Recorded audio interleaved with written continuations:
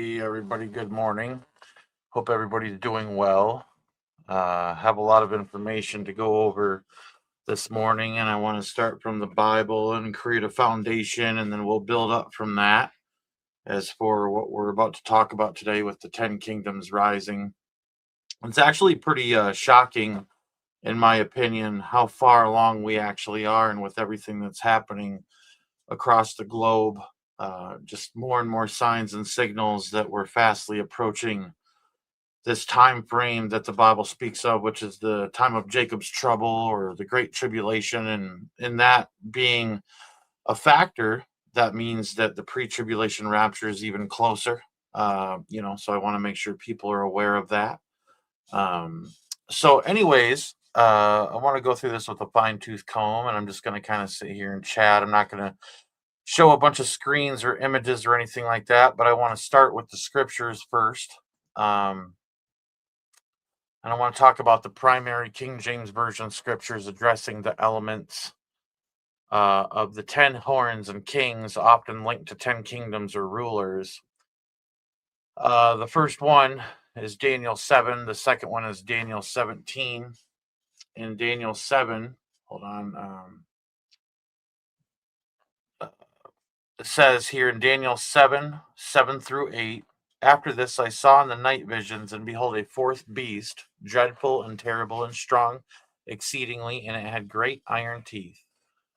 It devoured and brake in pieces, and stamped the residue with the feet of it, and it was diverse from all the beasts that were before it, and it had 10 horns, and I considered the horns, and beheld there came up among them another little horn, very key there, before whom there were 3 of the first horns plucked up by the roots. So once the little horn arose, so before that little horn, there were 3 of the first horns plucked up by the roots. So these 10 horns representing 10 kings and kingdoms, the 11th horn, the little horn rising, the Antichrist rising, going after 3 of those horns, plucking them up by the roots, okay, and subduing them. And it says, and behold, in this horn were eyes like the eyes of a man, and a mouth speaking great things. In Daniel 7, 20 through 21, this is a reiteration of the same vision. It says, and of the 10 horns that were in his head, and of the other which came up, and before whom 3 fell, even of that horn that had eyes, and a mouth that spake great, very great things, whose look was more stout than his fellows, I beheld, and the same horn made war with the saints and prevailed against them. This is a great tribulation vision. This is about people who come to know Jesus Christ after the pre-tribulation rapture. Um, you know, anyways, 10 horns are there in existence before the Antichrist arises. Before the Antichrist can even take power, before the Antichrist can even take power, 10 kings, 10 kingdoms have to be present. Daniel's vision is very clear. In Daniel 7, 23 through 25, thus he said, the fourth beast shall be the fourth kingdom upon the earth, which shall be diverse from all kingdoms, and shall devour the whole earth, and shall tread it down and break it in pieces. And the 10 horns out of this kingdom are 10 kings that shall arise. And another shall arise after them, not before them, not before them. Let me say this again. All right. And it says, and the 10 horns out of this kingdom are 10 kings. All right. So there will be 10 kings, 10 kingdoms that shall arise, and another shall arise after them, and he shall be diverse from the first, and he shall subdue 3 kings, and he shall speak great words against the Most High, and shall wear out the saints of the Most High, and think to change times and laws, and they shall be given into his hand until a time and times and the dividing of time. Okay, so that's in the book of Daniel, chapter 7. All right, very clearly states that 10 kingdoms and 10 kings have to be present before the Antichrist arises. He cannot arise until there is 10 kingdoms and 10 kings present. Now, I can say this, that there's been plenty of people through the ages that have thought, we'll say the European Union, we'll use that for an example right now. We'll say the European Union at one point had 10 countries involved, and people thought that was it. People are like, man, this is the 10 kingdoms, the Antichrist is about to arise. And then an 11th kingdom joined, or 11th country joined the EU. And then people are like, aha, this must be where the Antichrist is going to arise from. But it wasn't the case. Then the 12th nation joined, and then the 13th nation, and the 14th nation. And so they have quite a few nations that have been involved in the EU. And then we can go to the Middle East peace deal that everybody's raving about and saying is this new one, and they're saying, oh, there's 10 kings this or 10 kings that. And we can go over here to this peace deal in this part of the world and say, oh, there's 10 kingdoms here and 10 kings there. No. What the scriptures are clearly stating, all right, okay, is that, and if side teaching could stay out of the live chat, and we're staying on track here because I'm trying to pay attention to the comment section in case I need to, but I need all the side teaching to please stop, so I can maintain focus here. I'm autistic, so that would really mean a lot. I'm trying to keep on track here. So with the 10 kingdoms and what it's alluding to in the scriptures is a restructuring of the whole entire world. Okay, it's not just a section of the world. Okay, it's the whole entire thing, the whole enchilada. Okay, is going to be restructured into 10 kingdoms. Okay, and this is those 10 kingdoms that I've shown you plenty of times. I actually went and did a lot of research, and I found the original post New World map that they originally had cooked up, and that's this right here. Okay, and it's actually pretty well, detailed. You can see, and this is actually the precursor to the Club of Rome map that they had developed, that you can find a copy of that in Behold a Pale Horse. That's where this was clipped out of. William Cooper's book, which isn't entirely accurate, I will say. Like, he's got a lot of good information, but his ideas are a little outdated compared to where we're at now. Okay, I love Will Cooper, love Bill Cooper. He's, I believe he got saved, and I believe he's in heaven. But I do know that some of the ideologies he was pushing are not entirely accurate at this point in time where we're at in history. But this was the original map and the precursor to it. Then this came out, and then this. But then they changed it because they don't want people to think Mexico is a part of it, and they changed it to this, where Mexico is part of the Sixth Kingdom. But the original Illuminati map is this, okay?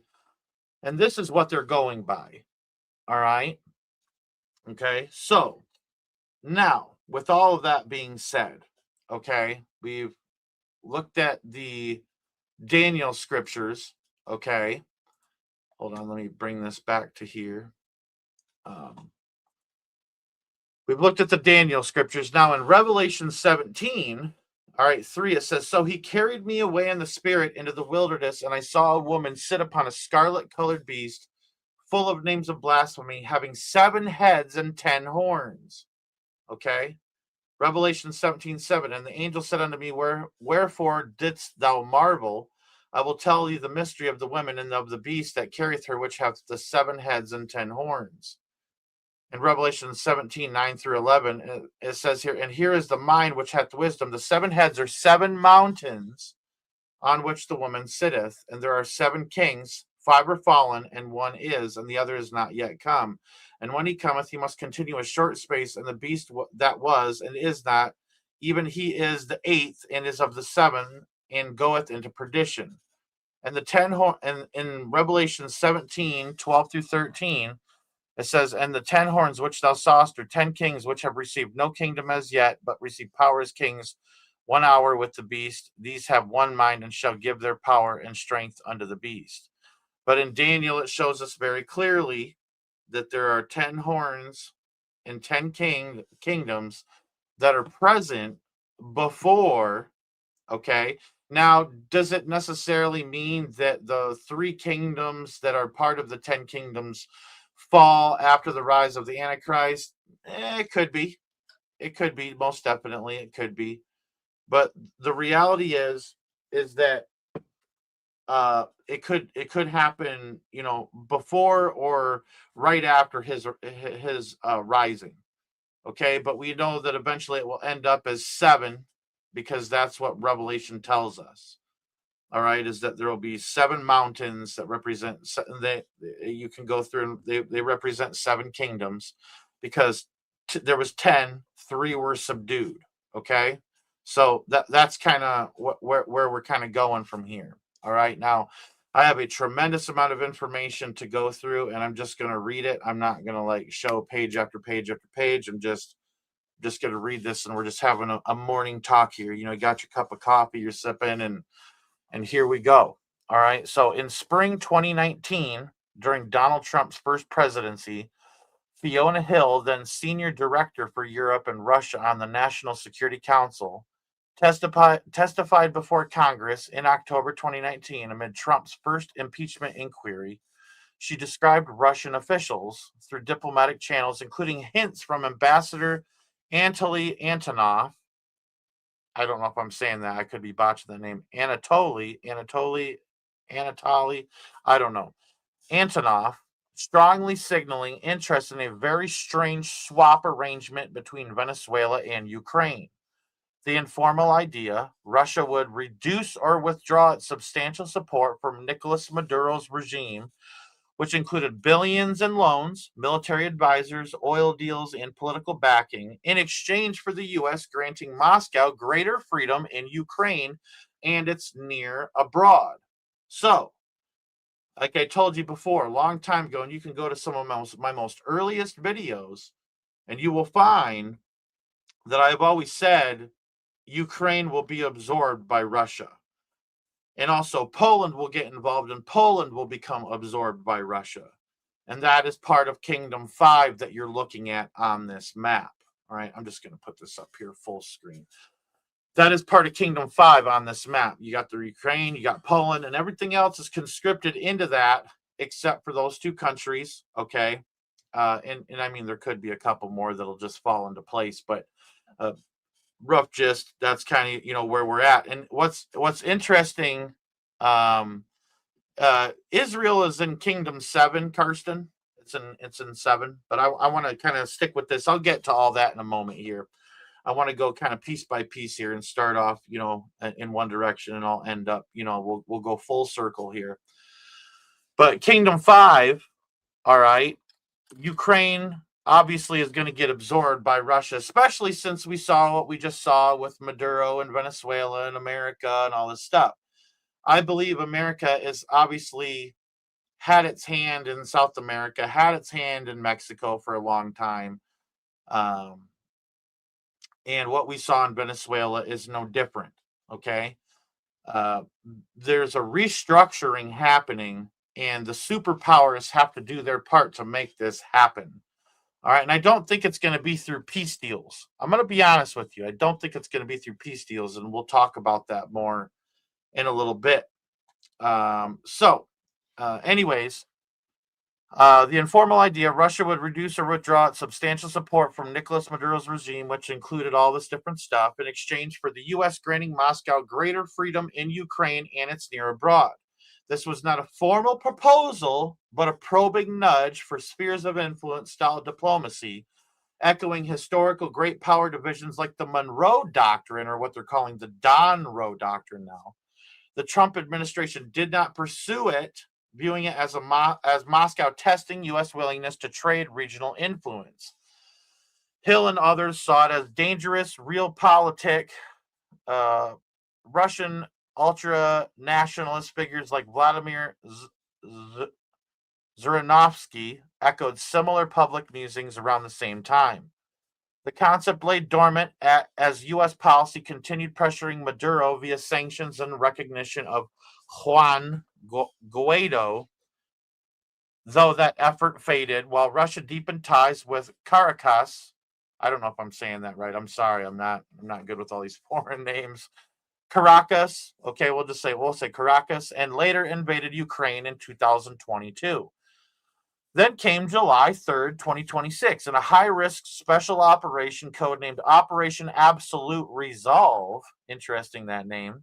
U.S. forces conducted large scale strikes in Caracas involving around 150 aircraft from multiple bases, special operations teams, including Delta Force, and precision raids that captured President Nicolas Maduro and his wife, Cilia Flores, from a fortified compound, exhilarating them to the United States.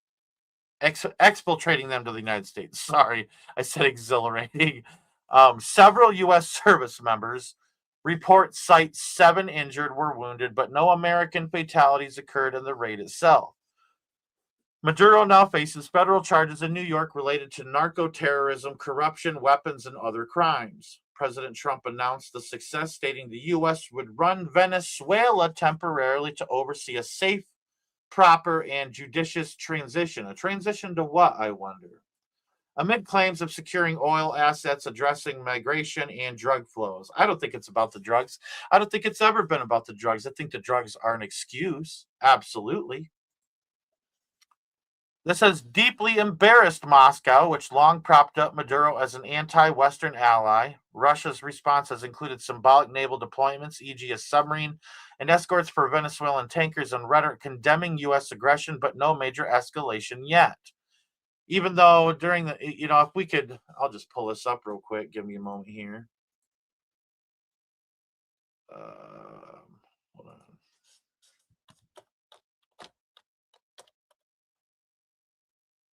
Even though there's this picture right here, okay, I'll leave that up for a little bit while I'm reading this. You see the missiles around the cake, the 250-year anniversary. I don't know. I wonder if there's another, well, we won't call it the Cuban Missile Crisis. We'll call it the Venezuelan Missile Crisis, just as a joke, but not being serious there. But obviously, there's something going on. Okay. The timing has revived the 2019 swap narrative explosively.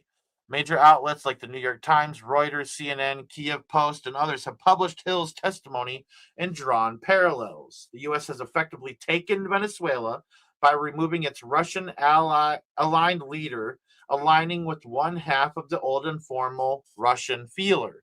In Ukraine, ongoing negotiations with reported U.S. fatigue on open-ended aid might yield concessions like territorial realities, neutrality, or a frozen conflict, potentially aligning with the other half. Now, I wonder if they will eventually give Ukraine over to Kingdom 5. I wonder if that's where this is going. I honestly think it is. I think that's where this is all going. I think this map holds true, okay? And I think that's where this is all flowing. But they're just cutting all these backdoor deals, doing all this backdoor stuff to try to make all this happen as quietly as possible. Going after leaders instead of countries. Like not instead of national conflict, they're doing selective stuff to try to make that happen politically. But there's other places that it's going to probably be warfare to make it happen. But they will have this map completed. Mark my words. There were secret understandings between Trump and Putin that were driven by U.S. priorities, which are border security, fentanyl crisis, and Maduro momentum. Fiona Hill, in recent commentary, has reaffirmed the 2019 signals were real, but stressed no deal was ever formalized or accepted. I disagree with that. I mean, these guys, they meet at places like the Bohemian Grove and the Bilderberg Group and all this stuff, and they have glasses of whiskey, and they cheers each other and smoke cigars together, and are cutting deals behind closed doors because they're all part of the same club, working towards the same thing, two wings of the same bird. It's all a stage. The whole entire thing is a stage. All right, now let me keep going here. Hold on. Now, since we've talked about Kingdom 5, we're going to talk about Kingdom 7 now, and this is where I'm going to answer Carson's question. I do think Israel will become the superpower, I guess, if you will, of Kingdom 7. I do believe that's where this is going, all right? I will tell you that right off the bat. But as of January 7/26, President Donald Trump's efforts towards a comprehensive Middle East peace deal build on his first term achievements, the Abraham Accords. They were brokered by Trump in 2020 during his first term, normalized diplomatic relations between Israel and several Arab states, marking a shift from ideology driven conflicts to pragmatic economic and security cooperation. The initial signatories included United Arab Emirates and Bahrain, focused on trade, technology, and countering Iran. The Sudan involved U.S. removal of Sudan from the state sponsors of terrorism list in exchange for normalization. Sudan is geographically in North Africa, but often tied to Middle East geopolitics. Morocco, U.S. recognized Moroccan sovereignty over Western Sahara. This extended the accord's reach into North Africa, emphasizing shared interests in security and agriculture. These agreements have proven resilient, surviving regional wars like the 2023 to 2025 Israel-Hamas conflict. By 2025, trade between Israel and the Accords countries exceeding $10 billion annually, with joint ventures in AI, water technology, and defense. Trump's second-term strategy seeks to expand this framework into a broader circle of peace from North Africa through the Lebanon and Gulf, potentially including Saudi Arabia as a linchpin. In July 2025, reports indicated efforts to include Syria, Lebanon, and Saudi Arabia, aiming for a contiguous zone of normalized relations that counters Iranian influence and stabilizes flashpoints like Gaza and Lebanon. And I think it's really interesting what we're seeing in Iran, where this upheaval is beginning. Okay, power is shifting. And it seems that not only is Trump working towards Kingdom 6, but he's also working towards Kingdom 7. Okay. And Kingdom 5, if you will. I mean, and a lot of people are going to say, well, because he's helping build the 10 kingdoms, he's the Antichrist. Absolutely not. I mean, I think that's a real far fetch, but he is absolutely being used to do this. Okay. Absolutely. And even Nat Rothschild's thanked Donald Trump for what he did in Venezuela. Venezuela doesn't have a central bank, and I'm sure it will now. You know what I mean? But again, we hope for the best, but really we're getting the worst when it comes to we'll call them lump, because I want to get around the AI gatekeepers, and all that blah, blah, blah. So, give me a moment here.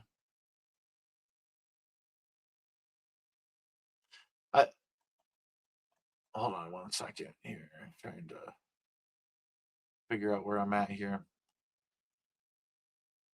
All right, so the 20-point Gaza peace plan, and which is the core of the current push, unveiled on September 29th, 2025, so not long ago, at the White House alongside Netanyahu. The 20-point plan is Trump's flagship initiative for immediate peace in Gaza. Hold on, I'm getting a drink here.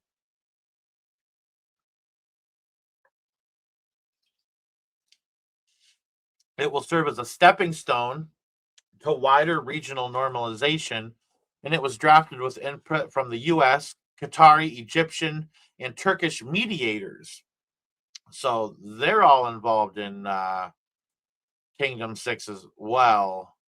They're all involved in Kingdom 6 as well.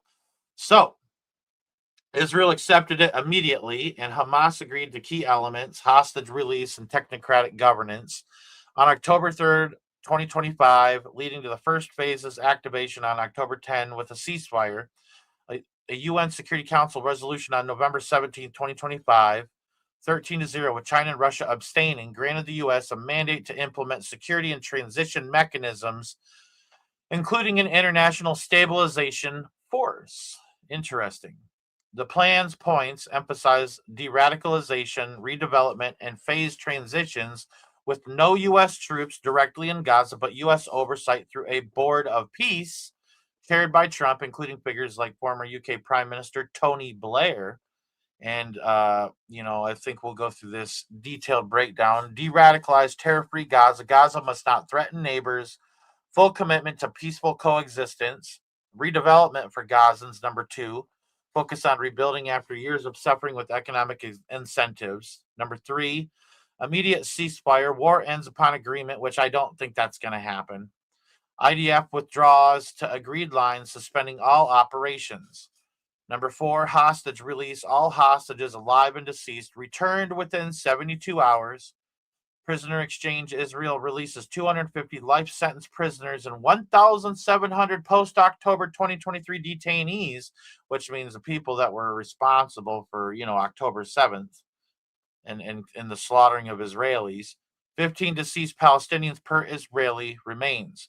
Amnesty and exile for Hamas, number 6. Peace committed members get amnesty, others safe passage out. Number 7, aid surge. Full aid, at least 600 trucks a day without interference, including infrastructure, rehab, water, electricity, and hospitals, even though Hamas is working real hard to keep that for themselves, what aid does come in. Number 8, aid distribution via the UN. You'll have blue helmets on the ground. The Red Crescent and neutrals. Rafah crossing reopens under prior mechanisms. Number 9, transitional governance. Technocratic Palestinian Committee under the Board of Peace oversees services until the PA reforms. And the target end is 2027.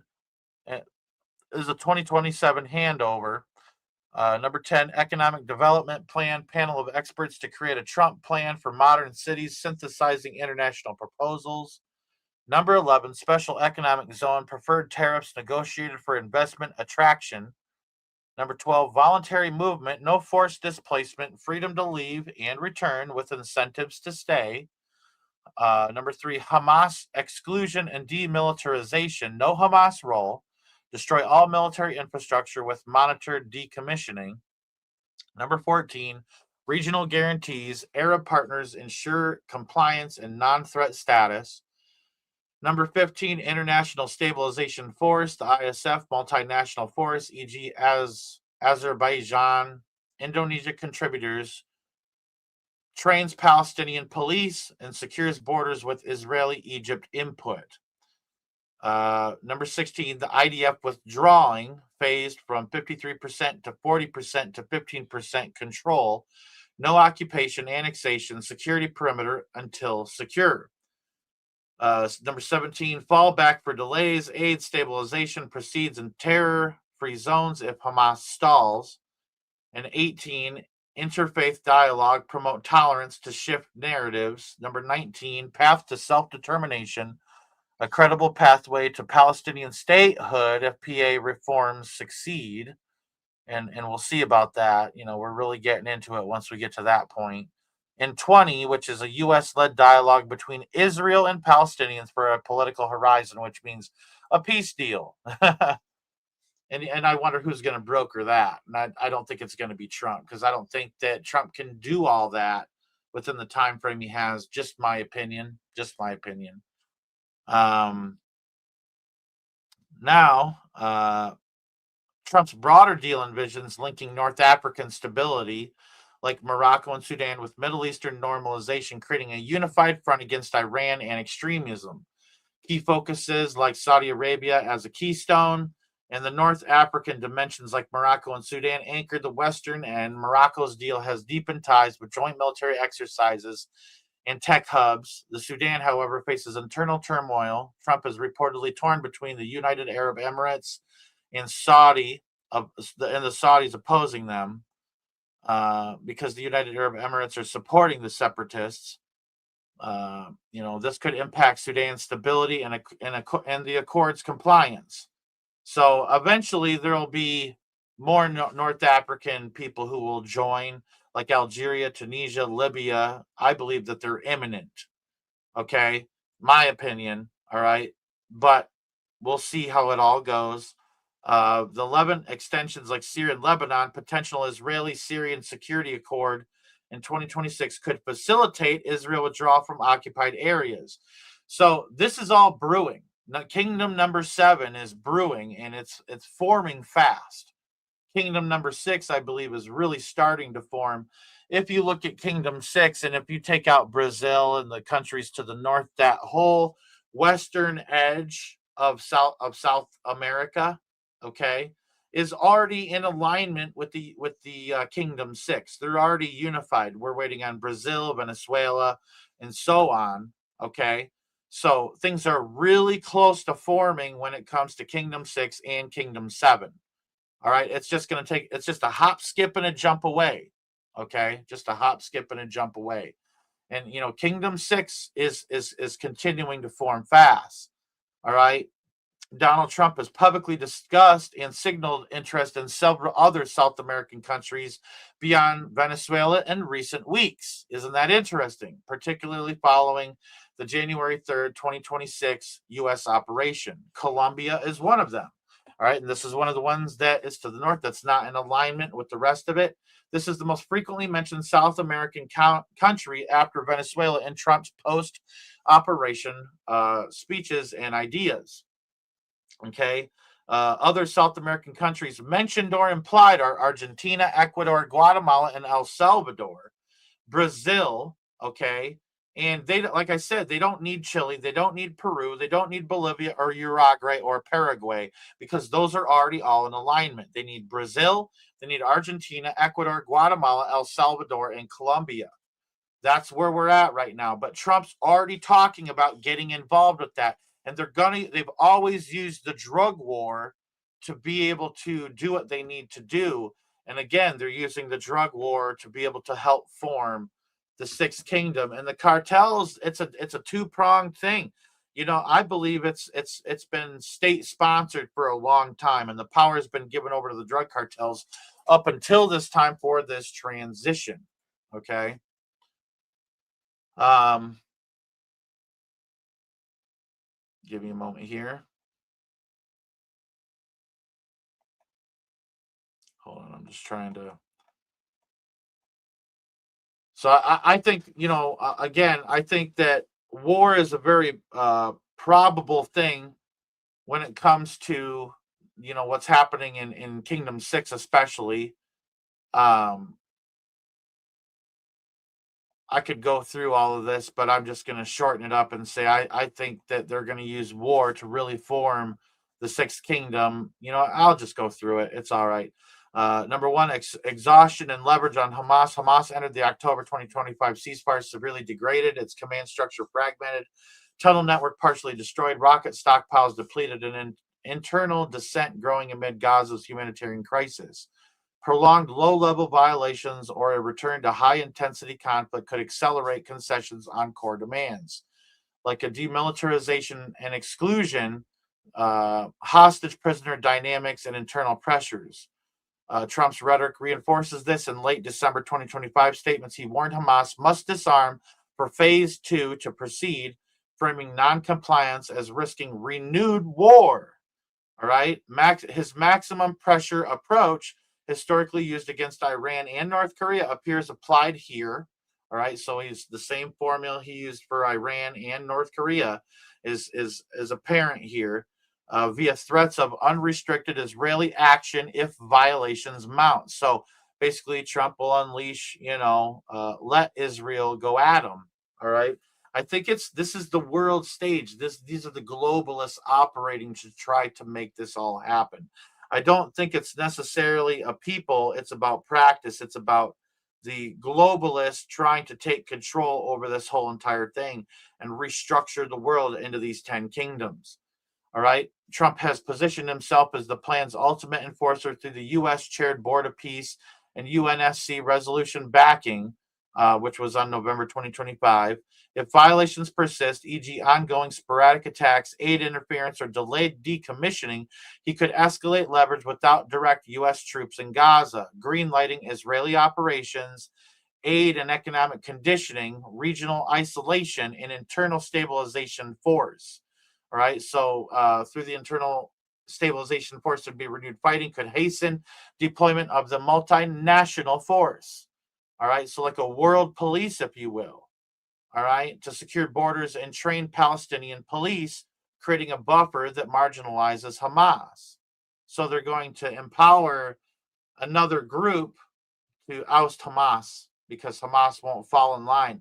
You notice Maduro wouldn't fall in line. Hamas isn't falling in line. Iran isn't falling in line. People get power from the Illuminati. And because they don't want to give over that power, which they have to in order for the 10 kingdoms to form, the globalists are using different means to go after them, if you're seeing what I'm seeing. All right. So now I'll tell you right now, again, we've seen President Donald Trump explicitly talk about forcing the hand of Mexico or applying strong pressure to compel action, particularly in the context of combating Mexican drug cartels. All right. Key elements of Trump's stated or implied plans are multifaceted, blending military threats, economic leverage, and demands for cooperation, all tied to his broader Monroe Doctrine 2.0, or what they're calling the Don Roe Doctrine. All right. Like military action against cartels. Interesting, because cartels are all over South America. Trump has repeatedly suggested U.S. military strikes or operations inside Mexico. So this is part of Kingdom 1 we're talking about here now. All right, targeting drug cartels, describing them as very strong and controlling aspects of the country. You see, really, the drug cartels are the government of Mexico. That's really the reality. That's why the drug cartels can threaten the government in Mexico. You see what I'm saying? So the power from the globalists has been given to the drug cartels in Mexico in order to rule and reign for a span of time until now it's time for them to relinquish power to Kingdom Number 1. All right. In early January 2026, remarks reported by outlets like Axios, the New York Times, and Politico, he hinted the U.S. could do something about drugs pouring through Mexico, including potential boots on the ground or strikes on cartel infrastructure. Okay. This echoes his longstanding position from his first term in 2024 campaign, where he promised to designate cartels as foreign terrorist organizations and authorize kinetic action post-Venezuela. These threats gained renewed attention, with some interpreting them as a warning that non-cooperation could lead to unilateral U.S. operations. All right, so people, this is brewing. This is happening. Yeah, buckle up, Buttercup. This is going down. I hope people are paying attention to everything I'm talking about here, because this is like, we're culminating all this information that's being talked about across the board, forming each of these 10 kingdoms, and it's happening. It's right before your eyes. Prophecy is literally being fulfilled, and I'm hoping that people will share this far and wide, because it begins to show what's really going on behind the scenes. All right, Trump's going to try to use tariffs and economic pressure and demands for cooperation and handling it, like Trump has urged Mexico to handle the cartels itself through stronger enforcement, extradition, seizures, or crackdowns, or face U.S. intervention. So he's telling Mexico, get in line with Kingdom Number 1, or we're going to do it for you. That's what I'm hearing. That's what I'm seeing. He has criticized Sheinbaum and previous administrations for insufficient action, claiming cartels run parts of Mexico. They don't run parts of it. They run all of it. Hold on, let me get a drink here.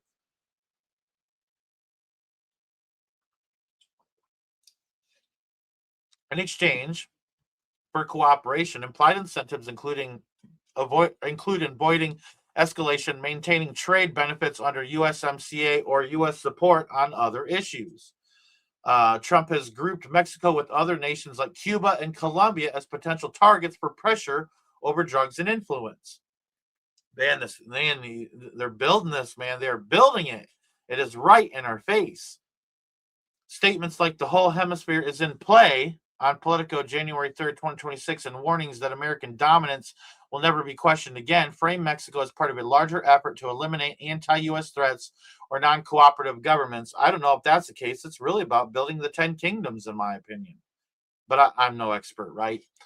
No formal plan document has been released, but the pattern post-Venezuela suggests escalation. All right? That's the reality of what's going on. Now, President Donald Trump has talked about both taking control of Greenland and making Canada a 51st U.S. state.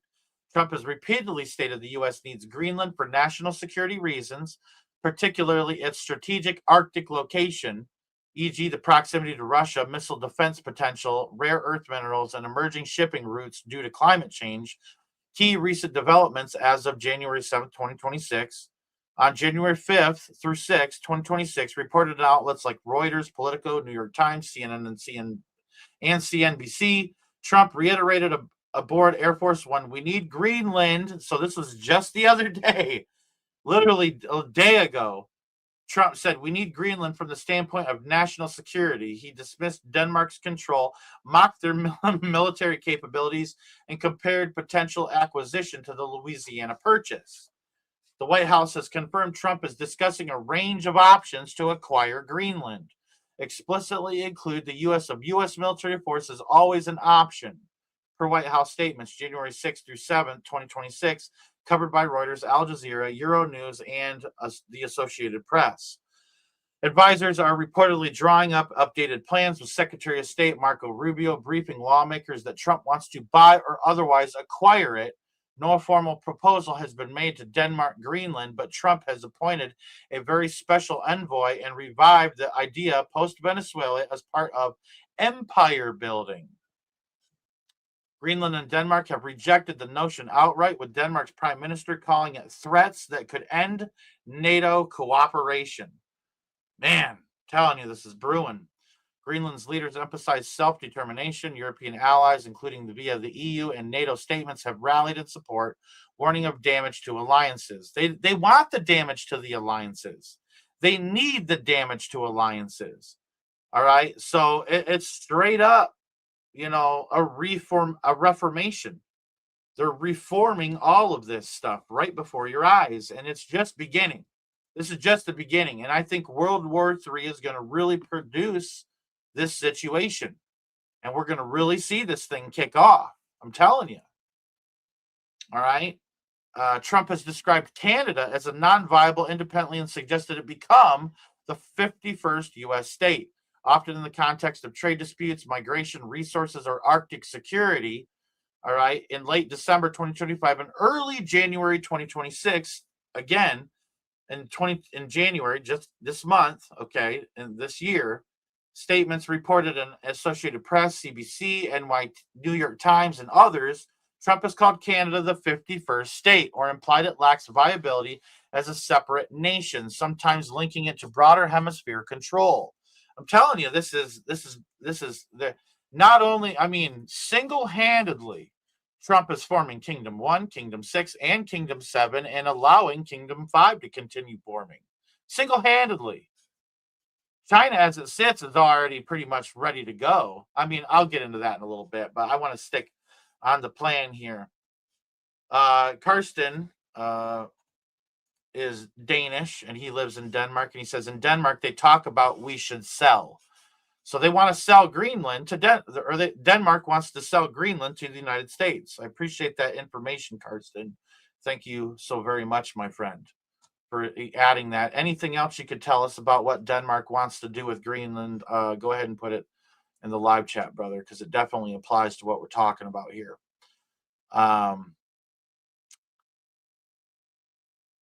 Trump has called Canada the 51st state, or implied it lacks viability as a separate nation, sometimes linking it to broader hemisphere control. The whole entire hemisphere is in play, he's saying. The analysts and media, e.g. CBC and Chatham House, note these comments alongside Greenland threats create fears of a pattern pressuring or absorbing northern territories for strategic Arctic dominance. Some reports mention Canada as indirectly threatened via annexation rhetoric in the same breath as Greenland and Venezuela. Now, let me mind you, and I can't show you the footage, but in that old South Park movie that they made back in 1999, I'm not going to even say the name of it because it's disgusting, but they actually have war between Canada and the U.S. in that. I don't know if any of you remember the first South Park movie that ever came out. Again, I'm not going to say the name of it, but it's about war between the U.S. and Canada. The Canadian Prime Minister Mark Carney has responded by announcing a high-level visit in indigenous governor general, or the foreign minister indigenous governor general to Greenland in early February 2026 to show solidarity. Sorry, my jaw is really hurting right now. I'm just trying to push through it. Canada has coordinated with Denmark and the EU against perceived U.S. overreach, is what they're saying. So, anyways, past that, there are indications that the Pentagon has developed or maintains contingency plans related to Greenland. In a congressional hearing in June 2025, well before the January 2026 escalation, Defense Secretary Pete Hegseth repeatedly told lawmakers that the Pentagon's job is to have plans for any contingency. When pressed on potential scenarios involving Greenland amid Trump's earlier rhetoric, he avoided outright denial and emphasized the department's responsibility to prepare for various possibilities. This was reported in outlets like Breaking Defense and High North News in the context of shifting Greenland oversight from EUCOM, which is U.S. European Command, to NORTHCOM, which is U.S. Northern Command.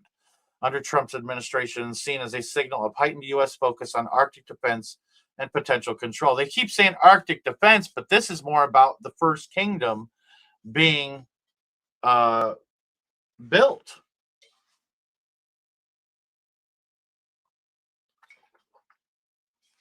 So Karsten says that not all want to sell, but they think we can't do anything anyway, so why not sell?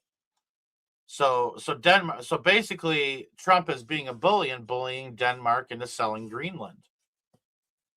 It's kind of what I'm hearing. Makes sense. All right. So, again, they're following the January 3, 2026 Venezuela operation. Trump's renewed statements about needing Greenland for national security. The White House explicitly said Trump and advisors discussing a range of options to acquire it, including the U.S. military force, is always an option. That's crazy, man. And would that mean U.S. boots on the ground in Denmark to put pressure to sell Greenland, or would it mean boots on the ground in Greenland? That's crazy, man. Like, I mean, I don't know. If you don't see World War III is brewing, you got another thing coming. And if you think that the Russia-Ukraine war, or even just the war in the Middle East, is the only war that's going to happen with World War III, you better think again. Because this is going to be a global scenario. It's not going to be just one area or two areas or three areas. This is going to be the whole entire shebang. And even Ashan, which is kingdom number 9, all right, with all the upheaval that we've seen between India and Pakistan and Cambodia and Thailand, Ashan has recently expanded its membership and has been actively considering further growth. On October 26, 2025, during the 47th Ashan Summit in Kuala Lumpur under Malaysia's chairmanship, Timor-Leste was formally admitted as Ashan's 11th full member. So they've grown. It's becoming more of Kingdom 9 now at this point. This marked the first enlargement since Cambodia joined in 1999, ending a 26-year pause. So this is how we're beginning to move forward. It's all at the same time, too. Do you see? It's all at the same time that they're beginning to move forward with this. Kingdom 1, Kingdom 6, Kingdom 7, Kingdom 9, all right, Kingdom 5, all at the same time. You can't deny this thing. I mean, they have prepared this from the beginning. This was the first one, but it was way more than 10 kingdoms. Then they got into the deal with 10 kingdoms with the Club of Rome, and then it became this map. This is an original Illuminati map. This was the Club of Rome map. This is a continued version of the Illuminati map that was given to me by Brother Doc Marquis. They try to say it's this, but it's not. The real one has Mexico a part of Kingdom 1. That's the one difference between this and this. This and this. This doesn't have Mexico. This does. You see? Mexico is a part of Kingdom 6 in this one, but they take it out and they give it to Kingdom 1, and that's why Trump is talking about it. Everything that is on this map, Trump is talking about. Everything that's on this map is beginning to happen. And it's not about political leaders or your political affiliations. This is about globalism. And if you're getting offended by me saying who's doing what, then you're on the wrong side of history already. Because this is a bigger picture. This is about the emergence of the Antichrist. Now, Timor-Leste had applied for membership in 2011, gained observer status in 2022, and followed a roadmap to full accession. Leaders described it as a historic milestone and decades-long dream for the young nation. The move strengthens ASEAN's geographic coverage in Southeast Asia and enhances Timor-Leste's I don't know how to say it, political visibility. Economic opportunities, e.g., better access to regional trade and investment and integration into forums like ASEAN Economic Community. So, now they're trying to merge Papua New Guinea into ASEAN, ASEAN.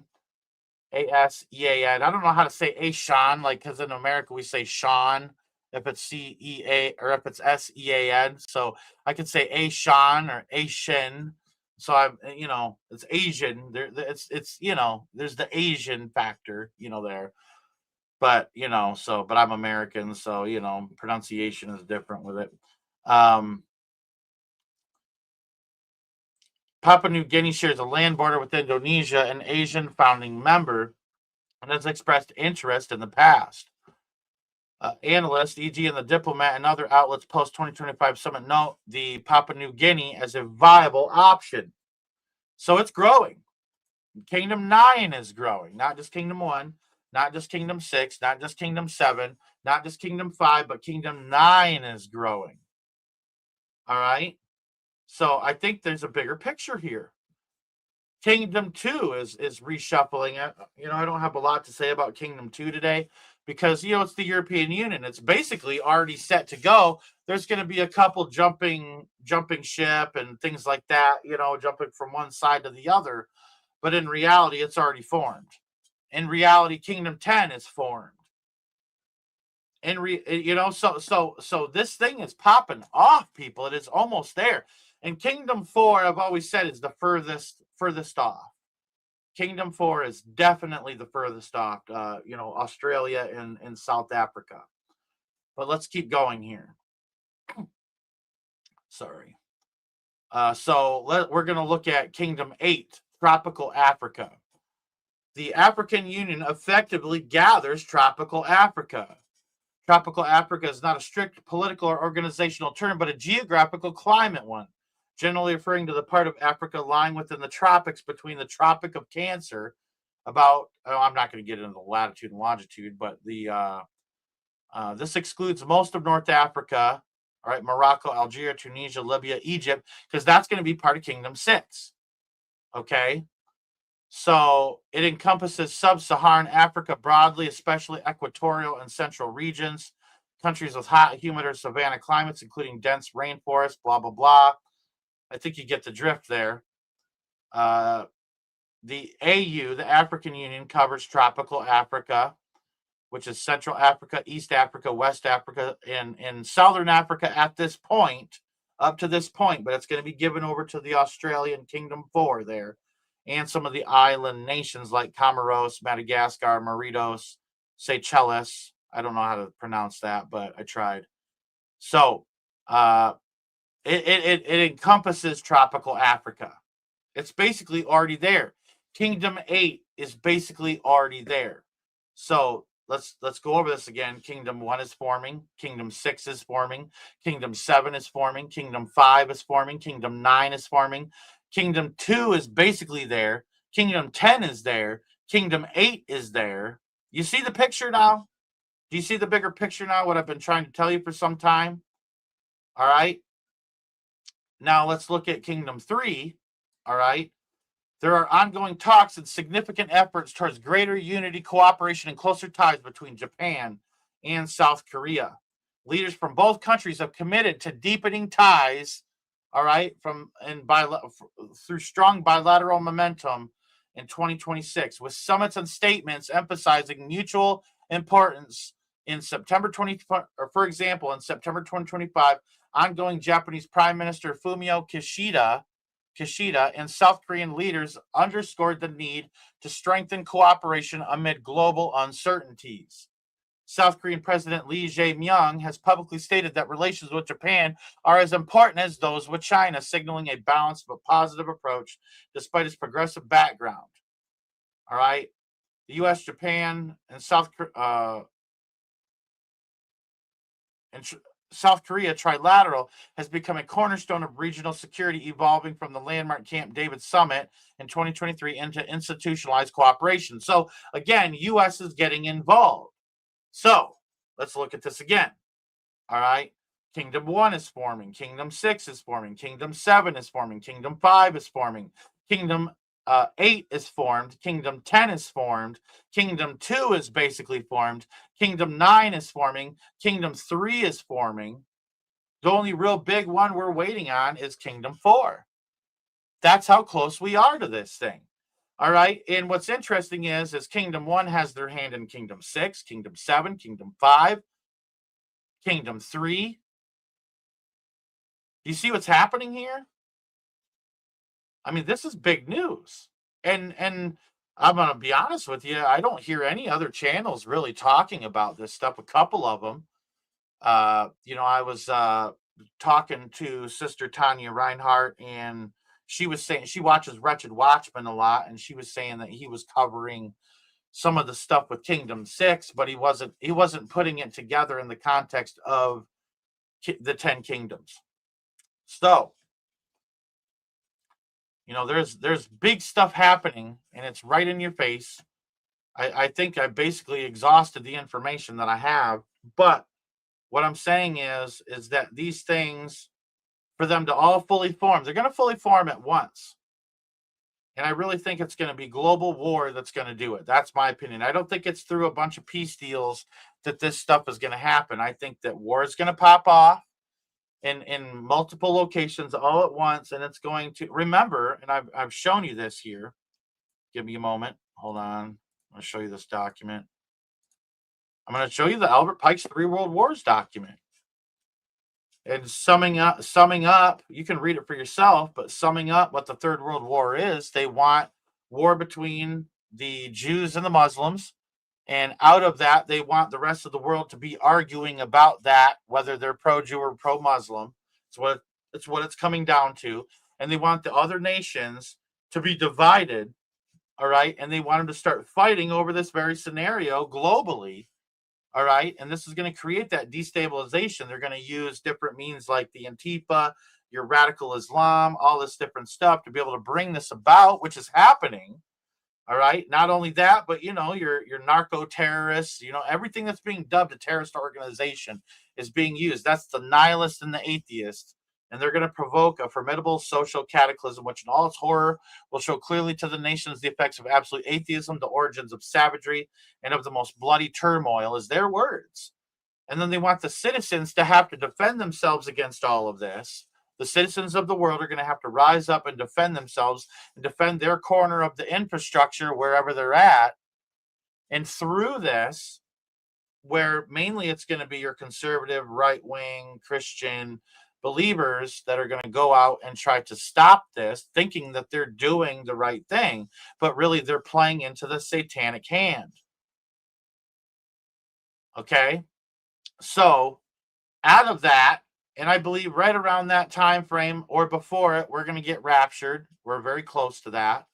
And then after the rapture, the Antichrist is going to emerge, make a peace deal, and he's going to make war with the saints and overcome them. And it says here at the very end sentence that the general reactionary movement, which is this warfare that takes place, will follow the destruction of Christianity and atheists, because atheists won't believe in a Luciferian order, that they'll be both conquered and exterminated at the same time. It's very clear as day. It's outlined exactly as it is.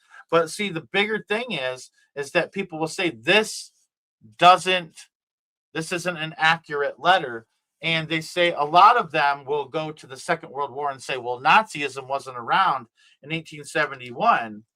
And I'll tell you that's wrong. In 1841, German economist Friedrich List publishes Das Nationalsystem der politischen Ökonomie, which means National System of Political Economy, espousing settlement, farming, and agricultural expansion eastwards along with economic industrialization manipulated by the state and the establishment of a German-dominated European economic sphere as part of the solution to Germany's economic woes, which is a predecessor idea to Nazi imperialism. And in 1856, which is before 1871, the French aristocrat and author Arthur de Gobineau publishes an essay on the inequality of the human races, in which he divides the human species into three races, black, white, and yellow, arguing therein that racial distinctions form a clear and natural genetic barrier of sorts. Gobineau wrote that racial mixing would lead to chaos.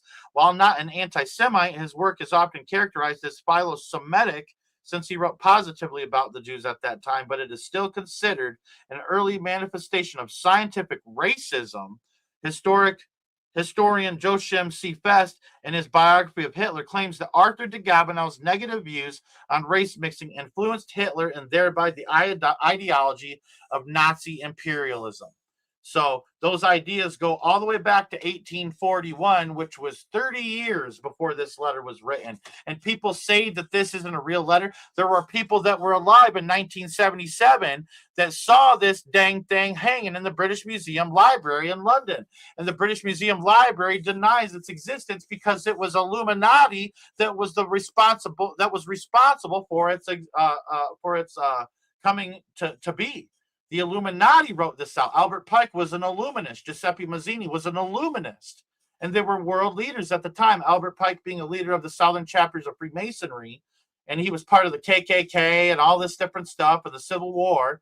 Okay. And Giuseppe Mazzini was the successor to Adam Weishaupt, who founded the Illuminati in Bavaria, Germany on May 1st in 1776. All right. This is all an Illuminati plan to create a 10-kingdom global order that the Antichrist is going to arise out of. And the Antichrist cannot arise until these 10 kingdoms are complete. When he arises, he's going to subdue 3 of them, and then there's going to be 7. And that's where you see the 7 mountains that are talked about. And I think, and I'll be honest with you, I'll go a little further into this. All right, even though my jaw is so hurting so bad right now. I'm pushing through because I love Jesus so much, and I want people to get the truth and be able to put this together and to be able for it to make sense to people, even though this is a lot of information. But it says in Matthew 24, it talks about the coming of Christ. It says at first, it says, when they say he is in the desert, go not forth. When they say he is in the secret chambers, believe it not. For as the lightning shineth from the east to the west, so shall the coming of the Son of Man be. We're paraphrasing there. But the reality is he's not going to come out of the desert. He's not going to come out of secret chambers. When Jesus comes in the second coming, I'm not talking about the pre-tribulation rapture, but the second coming, it is going to be like the sky splitting in half. As the lightning shineth from the east to the west, it is going to be a bright light, and it is going to split the sky, and Jesus is going to come and his white horse, and he is going to come to make war in the battle of Armageddon. And it says that the blood in the valley of Megiddo will be up to the horse's bridle, which is the chest of the horse. Jesus is coming to make war. And when he touches down to the Mount of Olives, and he's going to come down, and his foot is going to touch the Mount of Olives, and it is going to split in half. And a great earthquake is going to move every island and everything out of its place when Jesus touches down. That's how big the coming of the Son of Man is going to be. He's going to come with power and great glory. But the Antichrist, he's going to come out of the desert. And that's how you know, because Matthew says, when they say he is in the desert, go not forth. Well, the desert's in the Middle East, obviously, Northern Africa, Middle East, whatever. But then Daniel narrows it down to one of 4 sectors, which is of the 4 sectors of the ancient Grecian Empire. All right. And it says that he's the king of the north. So it's the northern sector, okay, which is either Turkey, Syria, or Iraq. All right. Then you have the TV show called Messiah on Netflix that shows a man coming out of Syria. And in the Old Testament, all throughout it, he's called the Assyrian. Okay. I believe the Antichrist is going to come out of Syria, and he's going to move into Babylon, Iraq, a country that was, that isn't, but will be. Look at all the ancient world kingdoms. You have Assyria, Egypt, then you have Babylon, the Medes and the Persians, the Greeks and the Romans, and what we're in right now is a revived Roman Empire, but a country that was, that isn't, but will be. Assyria is Syria, Egypt is Egypt, all right? The Medes and the Persians is Iran, okay? Then you have Greece. Greece is still around. Rome is still around. Those are all still around. The only one that was, that isn't, but will be is Babylon. And Babylon, the ancient territory of Babylon, is Syria and Iraq. Go and you look. Like, I'll try to do it real quick. Give me a moment here. Give me a moment here. We'll try to go down this road here. Give me a moment. I got to pull up Google Earth. We're gonna take a. You guys ready for a little adventure? Let's do a little adventure here.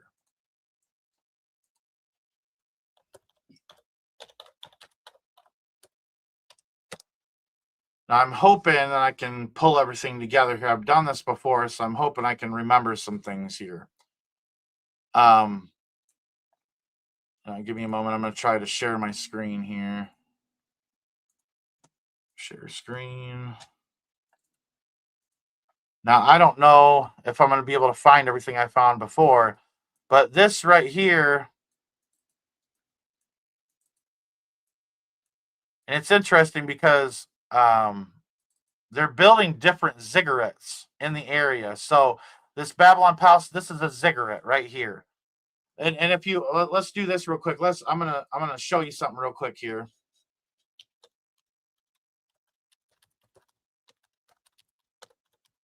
Hold on. Okay, I'm gonna show you a Google search, just a real quick Google search here. Hold on. Is a ziggurat a man-made mountain? Yes, a ziggurat is essentially a man-made mountain. All right, a man-made mountain.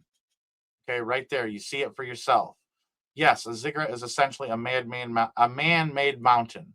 Now let's go back to Babylon, Iraq, and you have one right here, and you have one. Hold on, let me zoom out here. Whoops. And then you have one they're building right here. Let me make sure you can see this where we're at here. Okay, all right. Just making sure you can see on your end. But here's another ziggurat they're building right here. You can see the spiral being formed. Okay. And then not only that, but they have different ones. So I don't know if this was the ruins of one. No, that wasn't. No, hold on.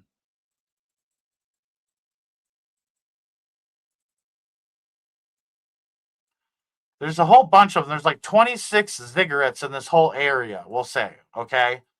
This broader area. All right. There's 26 ziggurats. And I think they're going to rebuild 7 of them. Okay. Now, hold on.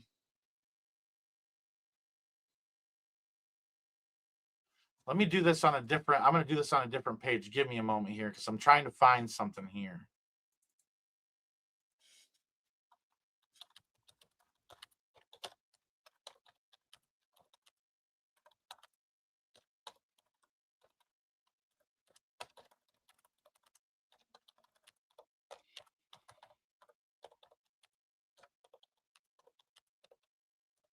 And I will say that Wretched Watchman did a video.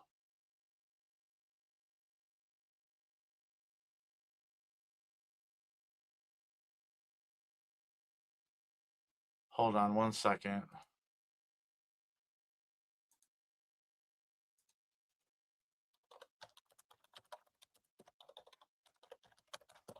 Wretched Watchman did a video talking about how they're really putting up, like they're really building up Babylon, Iraq. And, people are going to disagree because it's not the Jesuit teachings of America's Babylon or Rome is Babylon or Israel is Babylon. Babylon was Babylon, plain and flat out. That's just the reality of it. Give me a moment here.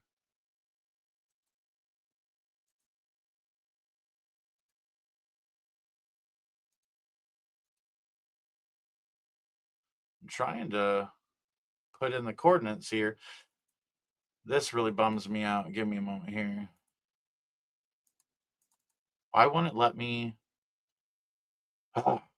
It's frustrating. Anyways, so there is a ziggurat here in this area. Just hold on. I'm going to look this up on Google Images.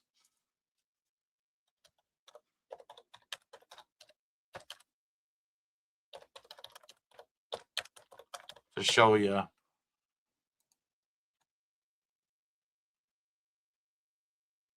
Wow. They don't want you to see this thing. It's like,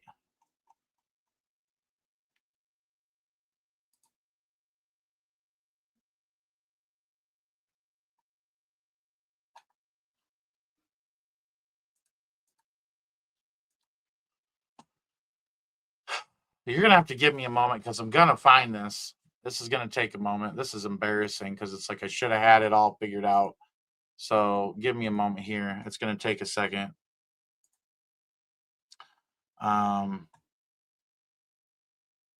Boy, this is an annoyance.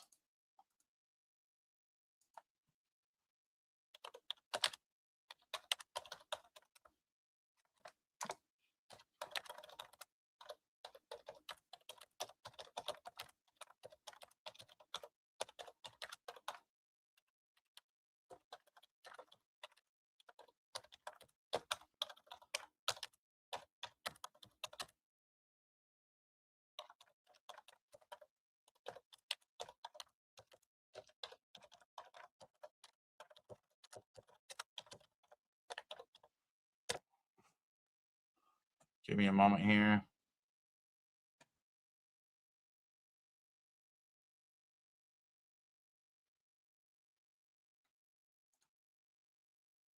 Yeah, that's crazy. It won't. All right, let me try this here. Hold on. I'm just going to try to punch this in.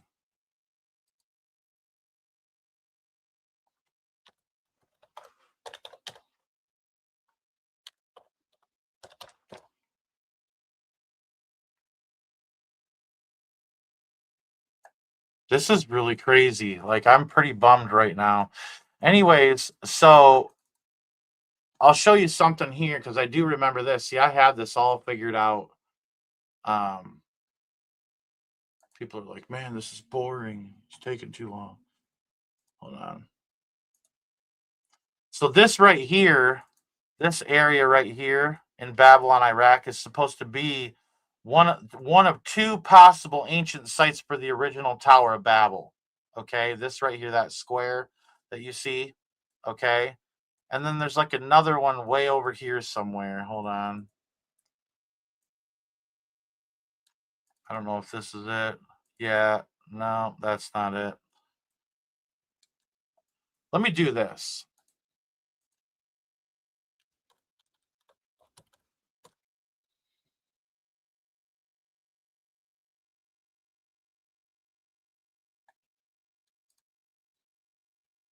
They got this ziggurat right here. Okay. That was supposed to be an ancient one. Then they have this one right here. There's another ziggurat. Okay. And this is all in the area of Babylon, Iraq. You can see Babylon Governorate, Iraq. Okay. Then there's another one right here. This is the other one. This is supposed to be the other ancient site of the possibility that is the you can see what it looks like right here. This is the other possibility of the ancient site of the Tower of Babel, which was a ziggurat. Okay, a cone of power that I've talked about. I even talk about the cone of power in the new documentary that I did. All right. So hold on 1 second.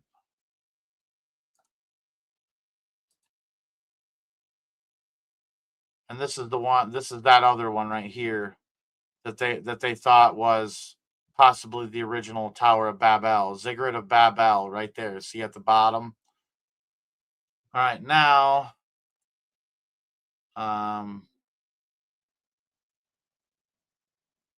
goodness gracious. Anyways, I can't find this thing. I'm gonna Google image this thing real quick. Let me see if I can find it.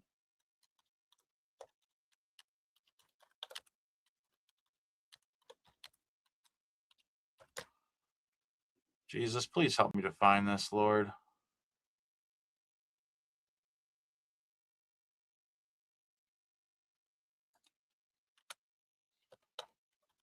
It's like they don't want you to find. I found this a while ago, and I know it's there, but I'm literally like having trouble locating it. This is just crazy.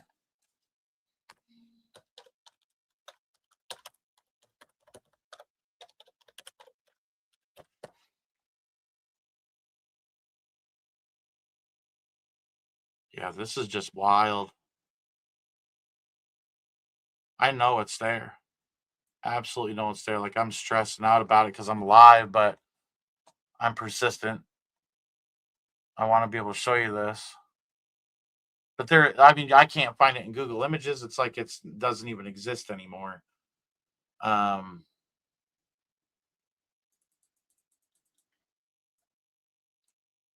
So they have this ziggurat right here as well. This was like a palace at one point. I think it was Saddam's palace. You got this ziggurat over here. Oh, here it is. Here it is. Look at that. All right. So, okay. So there's another ziggurat. All right. There's 3 in the same area. You see that? There's 1 right here. There's 2 right here. There's 3 right here. There's the ancient one down here. There's the other ancient one. That's 5. I think, my opinion, they're building 7 of them. Okay. We'll just say that. A city that sits on 7 hills. A city, that's where I'm kind of going with it. A city that sits on 7 hills. But let's look at this picture here. This is the one they don't want you to see. Okay, that's pretty stupid. They changed it. I can't believe that. But listen, this thing right here, hold on. That thing right there is a sign that says Babylon. They have hidden that. They have hidden that. I cannot believe they did that. I don't know if anybody can do the research and go and they look at it. It's a ziggurat. It's a Ziggurat is what it's called. Ziggurat. But that is it right there. But when I had this before, man, okay. Hold on, let's see if we can do this here. See if we can find a road view. Hold on. They don't want you to see that because they're building it up. Like this whole area, a country that sits upon many waters, an area that sits upon many waters. There's all these different rivers in the area, and there are the ancient rivers, the Euphrates, all that stuff. It's all right here. They don't want you to see that. That's absolutely insane. And you saw where it could be a sign. That is not it. That is not a sign. That's a really bunk picture right there, I'll tell you. They are covering it up. Man, I wish I would have taken a screenshot at that time. Now I'm trying to find where his thinking was. They don't want you to know those ziggurats are there.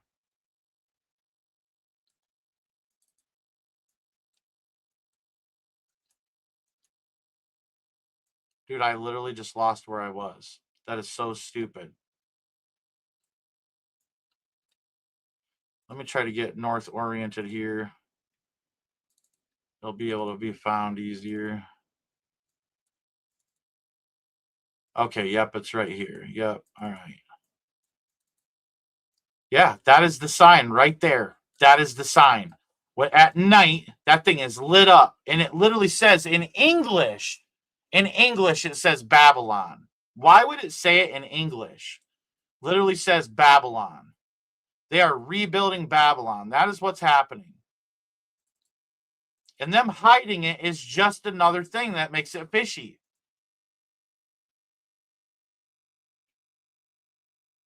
Buffering now too. Interesting. But yeah, that's what they're trying to hide right there. Is Babylon, Iraq. And they want that. It has always been a Jesuit teaching, and the Jesuits are the ones that formed the Illuminati. Adam Weishaupt was a Jesuit. They have always taught that America or Israel or you know, Rome is Mystery Babylon. It's not. It's not. Babylon is Mystery Babylon, a country that was, that isn't, but will be. All right? A country that was, that isn't, but will be. So, this is so interesting if you ask me. Hold on, I'm trying to get back to this. Hold on. Let's try this street view here. Hold on. They don't even have a street view. Click a highlighted street near it. Let's see here. You can't even click any street views here. They got different stuff over here now. In this ziggurat right here, hold on. This is the palace ziggurat right here. This is what it looks like. You know, this is the palace that's on top of that ziggurat right there. I remember that when I was researching this before. That's the palace on top of that ziggurat. And the ziggurat is what the Tower of Babylon was. It was a cone of power. It was an antenna that they would commit human sacrifice on to call down fallen angels. It is a portal. That is exactly what it is. Let me realign north here because I get mixed up. 2D right here. Hold on. Here's a street view. Let's see if the, no, that's a pool. That's a pool. That's a nice pool. It's very blue. Oh yeah, you got a nice pool, bro. Reset to north. That's wild, man. And you can clearly see that that is a sign. You can clearly see that's a sign. It's got a foundation. You can see the shadows from the letters there a little bit, but that is the sign that says Babylon, Iraq. And it's on top of a ziggurat. That really upsets me, man, because I was like, oh, I'm going to show these people are going to be blown away, and absolutely not. I'm trying to figure out how to do this here.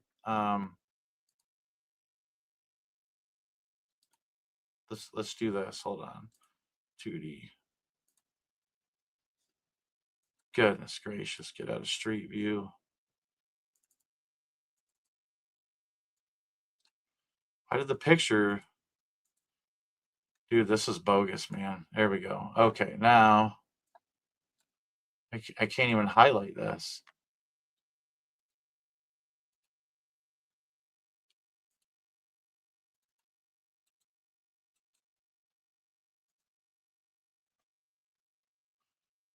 I'm just gonna. I'm saving this for right now.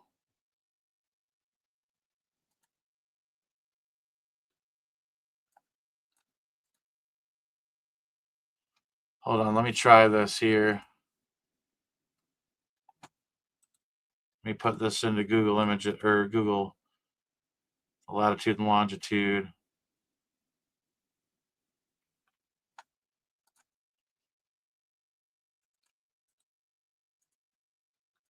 Let's see if it pops up anything. Absolutely not. Man, that is bogus. I promise you guys, on any credibility I have, that this right here that you're seeing is a sign that says Babylon that lights up. I'm telling you guys. And when you clicked on this picture before, it showed it at night and the sign was lit up. And now it just shows some bogus thing right here. That don't look at that hill right there. That does not look like a sign on top of that. It doesn't even, the top of that hill does not even look like what is on top of this right here, does it? I mean, look at like right here to your right here. You see the picture. That doesn't even look close to what that is on top. It doesn't even look close. Man, that bums me out so bad.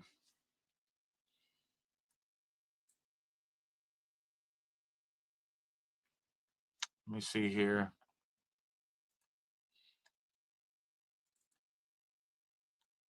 Yeah, there's no street views whatsoever in this area.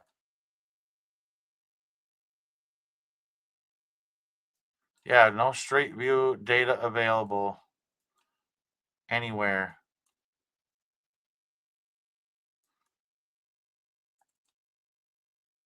No street view. Yeah, they don't want you to see this, man.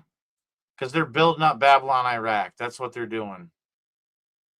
There's a street view here. That's about as close as you're gonna get.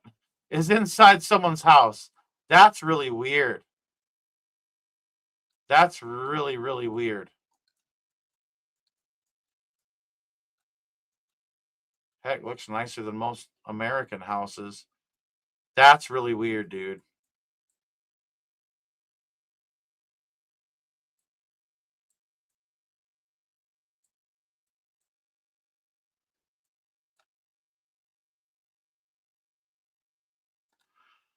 Anyways, that's really upsetting because you can't even find it anywhere. I'm gonna look into this, and if I find a picture of it, I promise you I will come back and I'll put it in my post section. I'm gonna try to find this after I'm live because I don't want to sit here and just do this. Um, my only Joppy says my only question is exactly how the Google car GOT in the house to get that picture. Absolutely, that's a good point. That's a good point. And that there's nothing else in this area. No street view in this area. They don't want you to see this area. I could go to any other area of these places that they say as Mystery Babylon, like New York or Israel, and they're going to show street views, I can guarantee you. But this one, they don't, because they don't want you to see how this is being built up. This is being built up. And like I told you from before, the Antichrist, like in the show Messiah from Netflix, go watch Netflix. Go watch Netflix. Go to the Netflix and look up the show Messiah, or just type in Messiah from Netflix and see where you can watch it and watch that show. That dude goes out of Syria and into the desert. And if you look, this area is in the desert. This area is in the desert. It's a city, obviously, but that's a really big city. That's a really big city.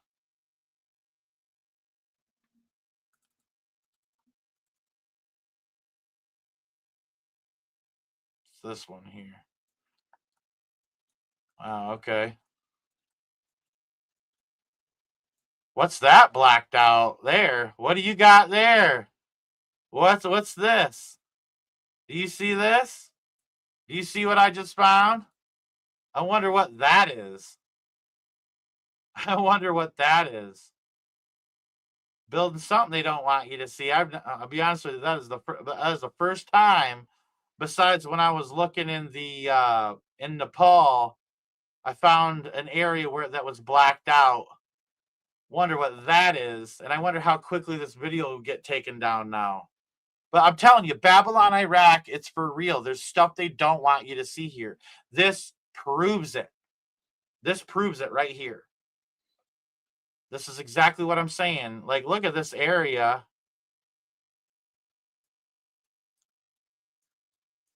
And then they got this, they've completely blacked out. That is big, too. That's real big. Let's do this here.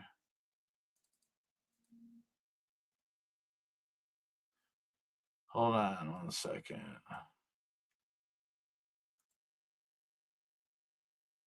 Yeah, it's right there. So, hold on. There's a second one here. Let's look at this one.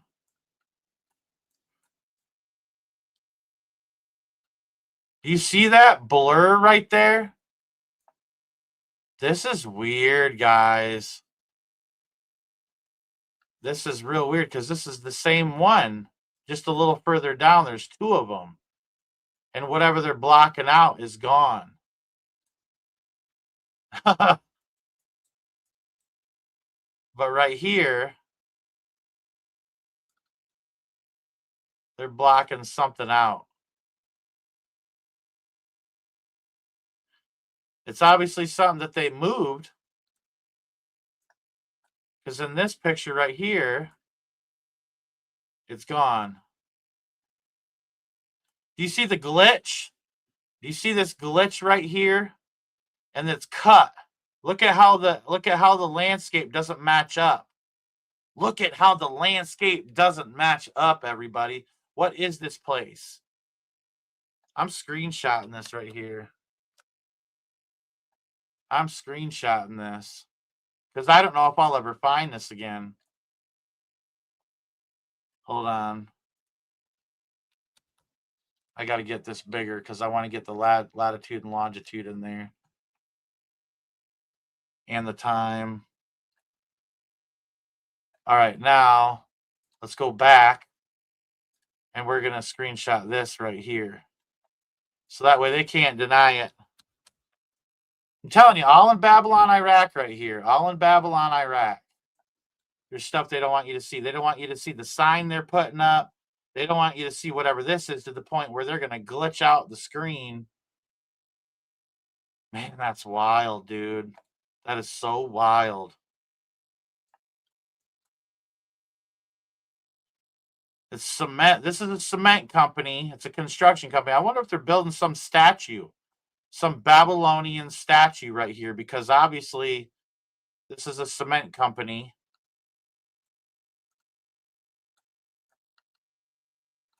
Very strange indeed.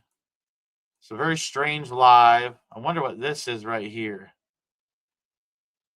This dude's over there on a rascal over there. Let's go back to that other one here.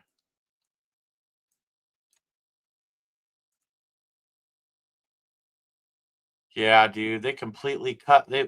I mean, look at how even the lines don't match up. Even the lines don't match up. Yeah, absolutely. No effort, like a lazy cut paste job. Absolutely. Someone should call this number. If you have international calling, you should call this number right here and look up this company, Lafarge or whatever. But look, I mean, this is gross. This is a construction site. They're literally building something here. That's what this is, and it's gated. Look at the red bricks, the cylinder bricks over here that are real big. You got plenty of cement right here. This is like a construction company. They're building a tower. You see that? Look at the picture right here behind it. Do you see what I'm seeing? Oh, man, I wish I could zoom in more. Oh, I can. Look at this. Look at this tower right here. Is that what they're trying to hide in the other picture? Because, I mean, someone should call this number or this company. I'm going to screenshot this a little closer here. Very interesting indeed. Very interesting. Very interesting.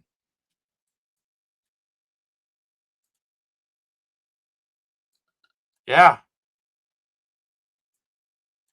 And look at right here. The lines don't even match. Look at that. Do you see that? Look at how this is all cut up. The lines don't match up here. Like there's, I mean, do you see that?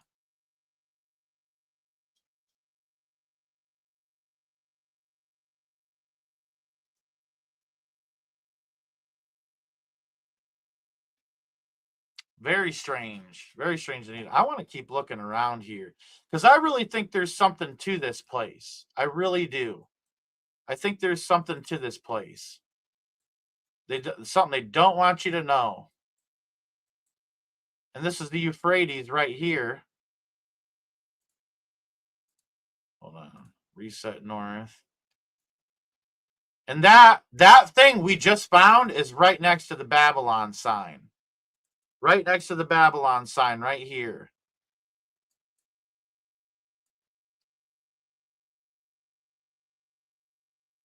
Wow, dude. And it's right next to the Euphrates River. And I'll be honest with you, part of my theory is that not only is Seven Mountains going to represent seven kingdoms, but I showed you how Ziggurat is a man-made mountain. And I mean, there's three right here. right in the same vicinity of each other. That's a triangle right there. Wait a second. Let's 2D this thing.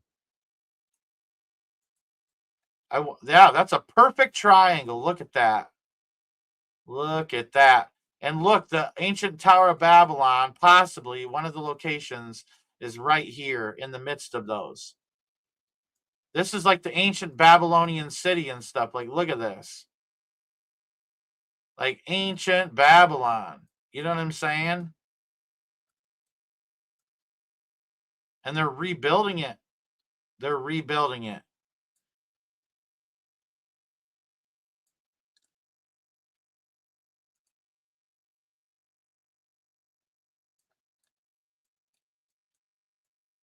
That is some pretty ornate brickwork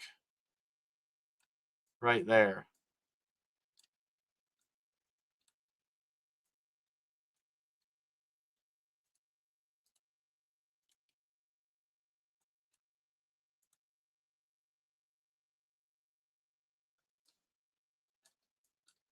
Definitely construction and stuff.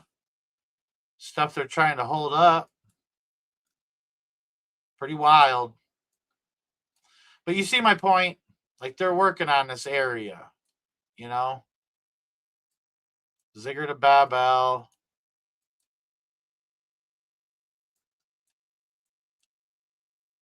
There's the Babylon sign looking southward, and it overlooks the Euphrates River right there.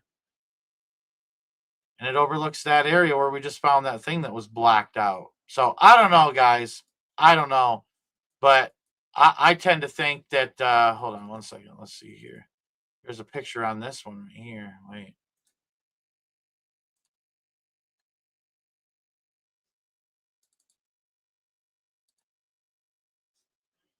Let's get out of street view here.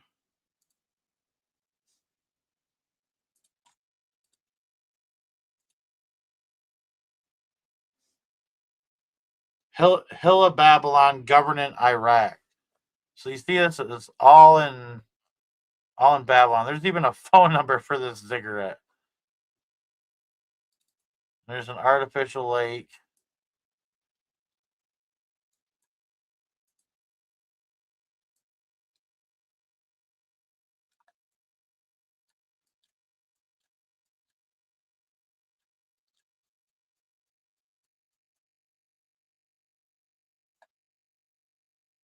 Whoa, okay, hold on. We don't want to do that. Wow, okay.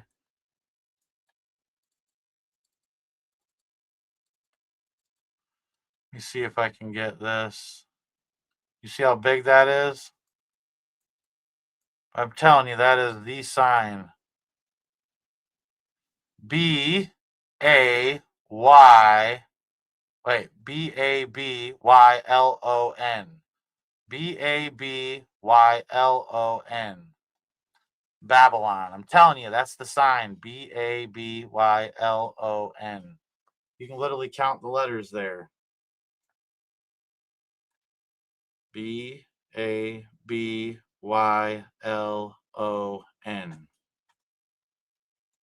All right. Well, I'm going to tell you right now, this is fishy. Very, very fishy. If you have not checked out my new documentary that I put out, it's called Interlocked: Epstein and the Camp of Evil.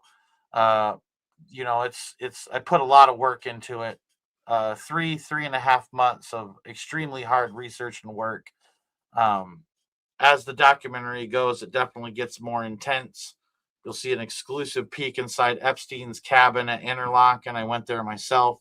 I do have a lot of footage from the cabin that eventually I'm going to make a video that's just kind of like all the different footage I took, but I only put so much into the actual documentary. But I'm going to show the trailer for it right now. Check it out real quick. In the deep woods of northern Michigan,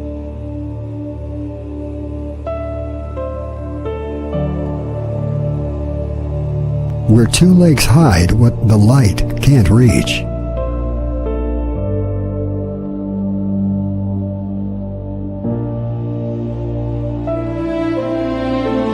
where the pine winds whisper secrets to the wind.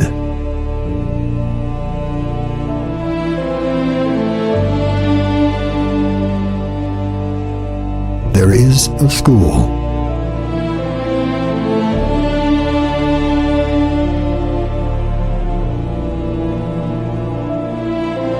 A place where children come to play music.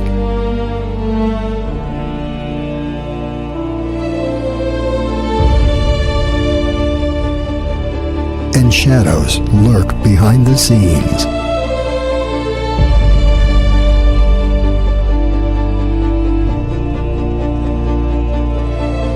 But beneath the sheet music,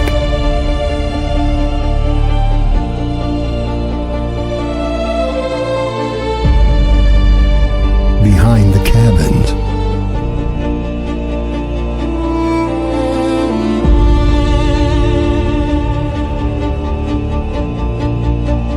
in the silence between notes,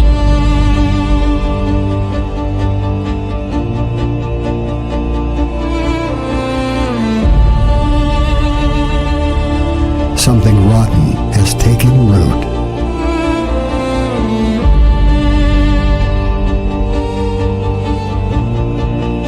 They thought the forest would keep their secrets.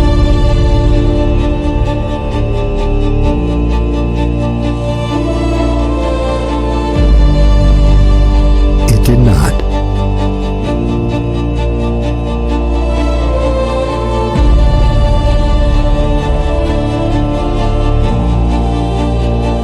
Because we found them.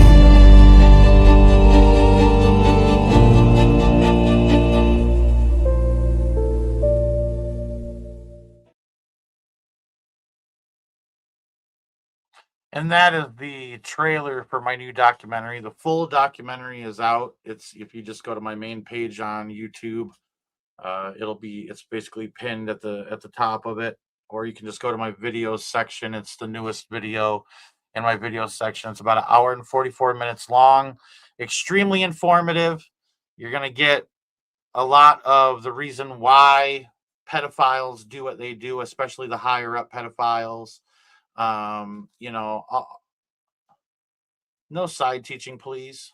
Anyways, so my point is that worked really hard on the documentary, and it's extremely informative. A lot of information. It's very fast paced. A lot to take in for sure. Um, but uh, there's a lot of questions and whatnot that are being raised because it's come out that Jeffrey Epstein's first documented victim was at Interlochen Center for the Arts in northern Michigan. And I did an investigation there and found multiple networks that are related to child trafficking and child abuse that connect to this school in some way.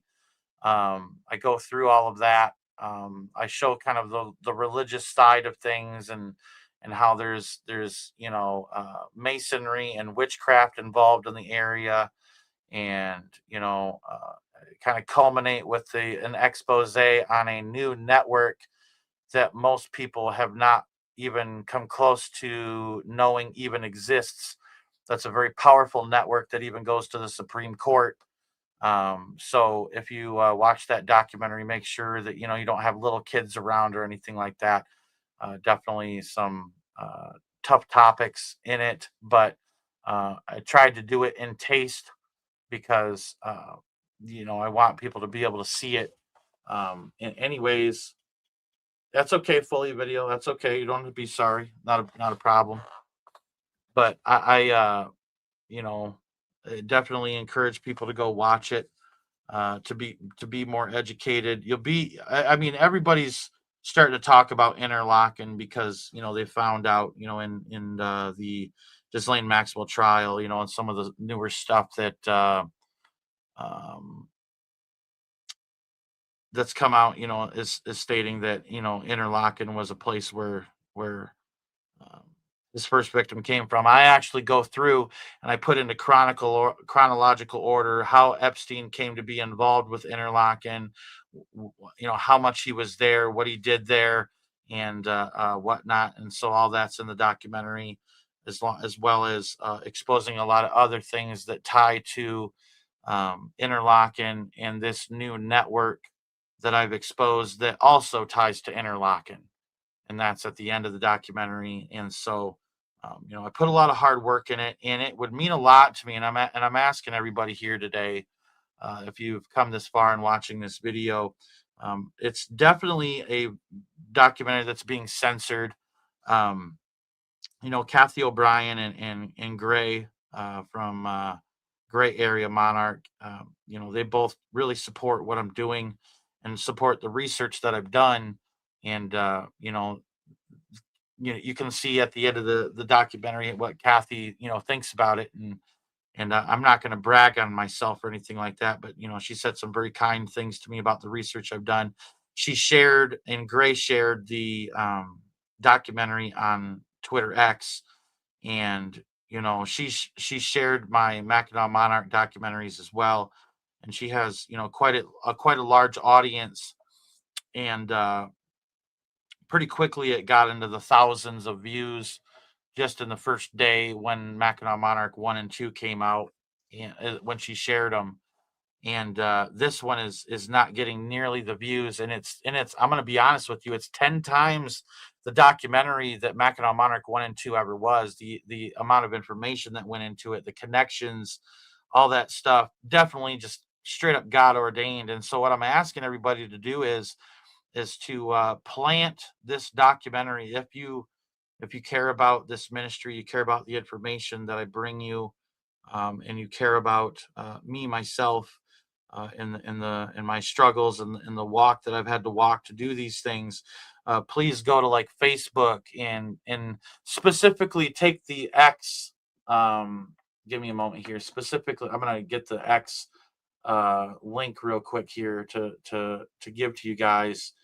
But if you would take that and put it in, hold on, I'm going to put it in the live chat here.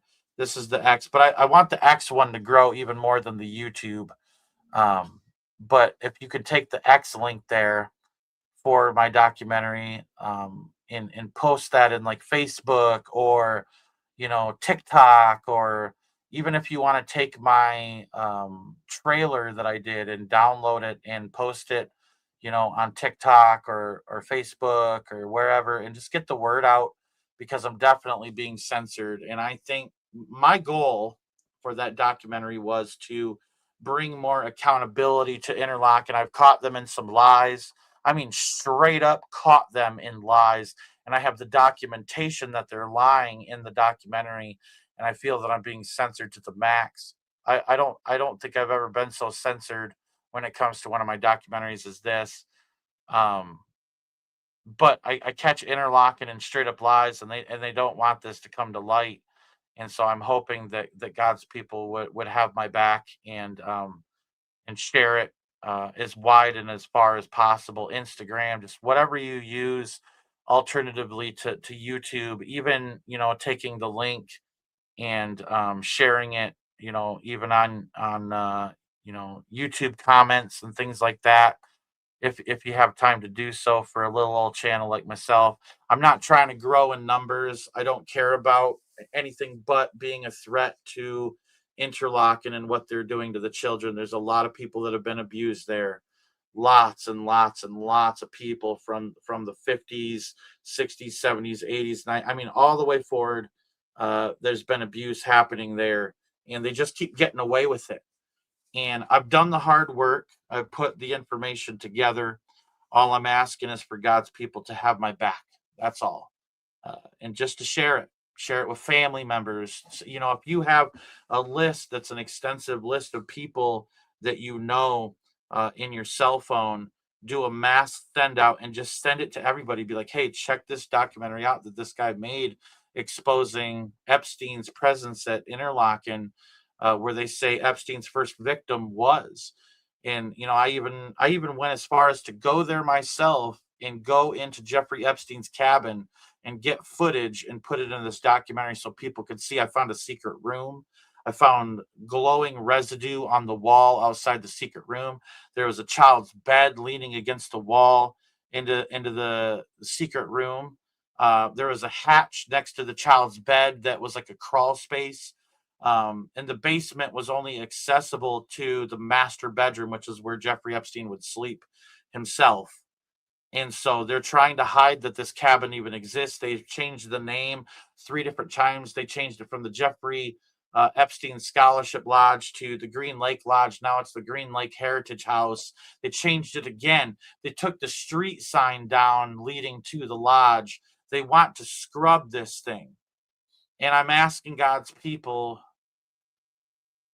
to please have my back in this, because before, when I made my documentaries, Mackinac Monarch 1 and 2, like I thought, the Christian community online on YouTube, the Watchman community was going to have my back, and they didn't. And I'm asking, and I never really like asked per se. I did with the Watchmen themselves, but I'm asking God's people that watch this channel to have my back, please, and send it out to everybody that you know, and especially even people that are associated with Interlock. And I would love for them to see it, because I want them to know that this has been done.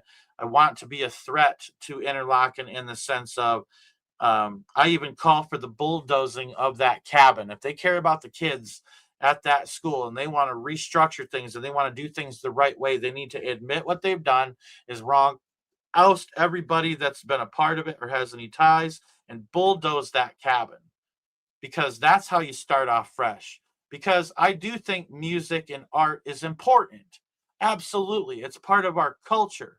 But this place is a den of disease and sin. I mean, it's a straight up Sodom and Gomorrah. I'll tell you that. I mean, you get what I'm saying when I say that. You'll hear in the documentary, because there's even Gwen, who came forward, who has a part in the documentary. She talks about her experiences at Interlochen, and they're just vile.